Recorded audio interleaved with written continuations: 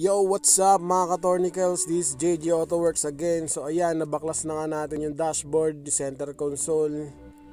Ayun, huhubaran naman natin ngayon tong expander na nalubog sa baha. So ayan, kitang-kita nyo po kung ano yung mga babaklasin natin. Yan, dinaklas ko na yung harness, yung reinforcement, nabaklas ko na din, pati yung evaporator housing, pati yung firewall, tinanggal ko na din. So, ilalabahan natin yan, firewall. Maputik din talaga. So ayan yung mga piyesang lilinisin natin.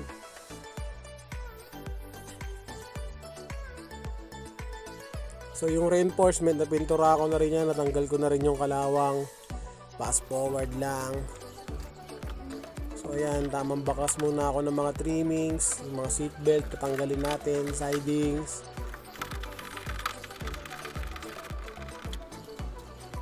So ayan, patanggalin natin para malinis natin ng buong buo yung unit. Ayan, kabilaan yan. Tamang galaw lang tayo dyan mga ka-Tornicles.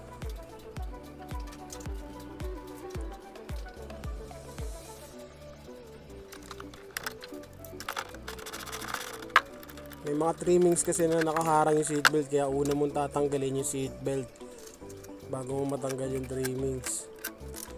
So ayan, binabalik ko yung mga tornilyo para di ako mahirapan. Pag magkakabit na ako, kukunin ko na lang.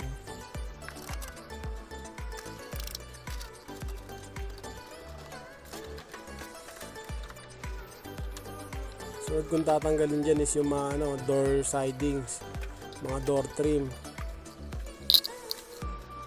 Kasi kailangan din natin linisin yan eh. Malamang sa loob niyan may mga nakaimbak na lupa-lupa dyan. Tsaka babaklasin din natin yung door actuator, pati yung power window motor mga ka-Tornicles.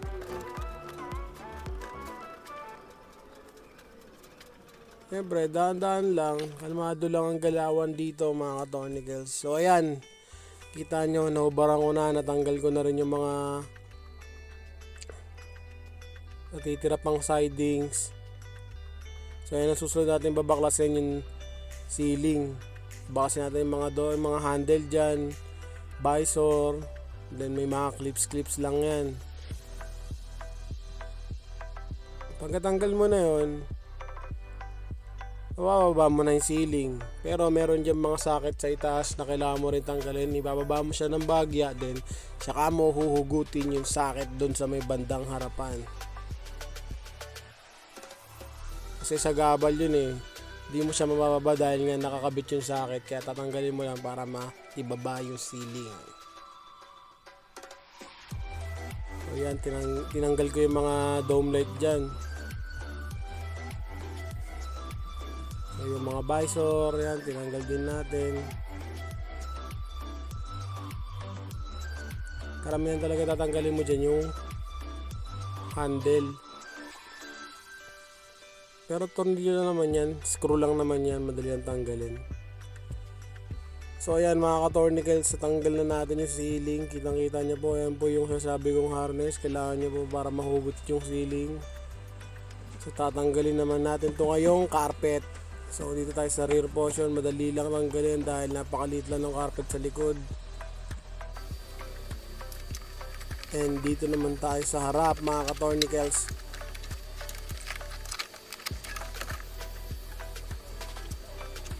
Dahil putik-putik nga talaga yan yung carpet na yan.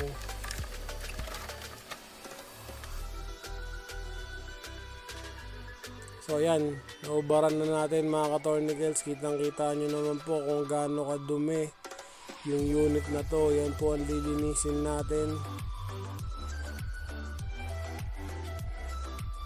Yan, pati yung ceiling dahil abot ceiling to.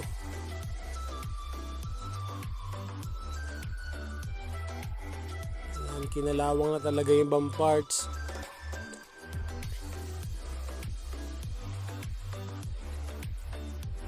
So yan yung mga harness, kailangan din natin linisin para maiwasan yung corrosion ng mga pins, yung mga socket.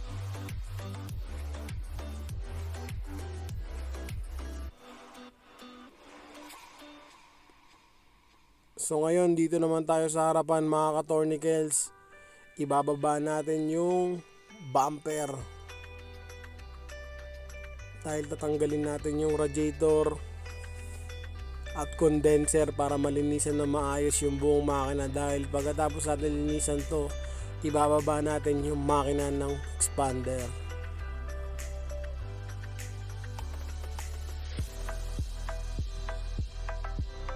So ayan po, kitang-kita nyo mo kung gaano po dugyoters ang expander na to mga ka-tornicles.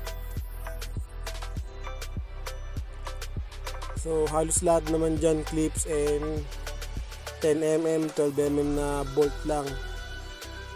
Madali lang din siya tanggalin. Tatandaan mo lang talaga kung saan nakalagay o anong klaseng clips yung nakakabit doon. Pero halos lahat the same lang naman mga ka-tornicles.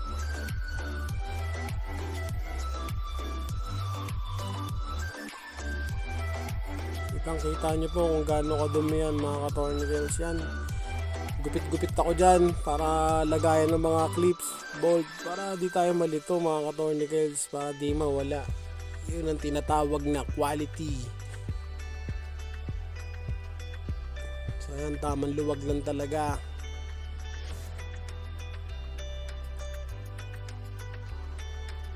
Tatanggalin natin dyan yung sa harapang banda nung sa ibabaw ng radiator para may ibaba natin yung radiator.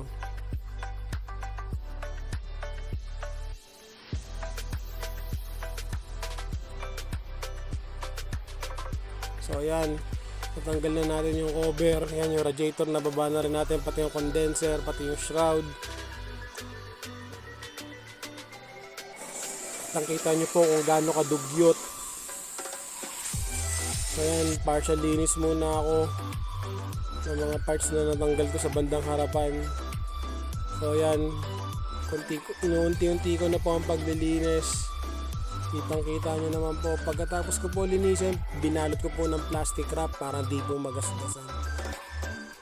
So abang-abang lang po tayo sa susunod kong vlog o ano pang mangyayari dito sa expander na to, kung aandar ba. Please subscribe JG Auto Works.